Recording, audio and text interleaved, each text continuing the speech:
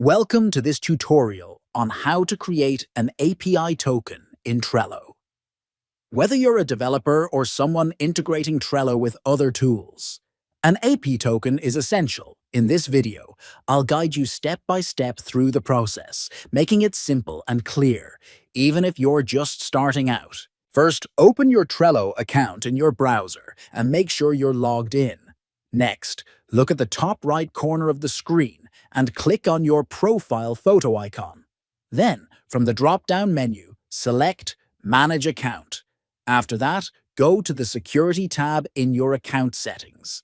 Now, scroll down until you see the section titled Create and Manage API Tokens. Click on it. Once you're on the token management page, click the button that says Create API Token. A form will appear.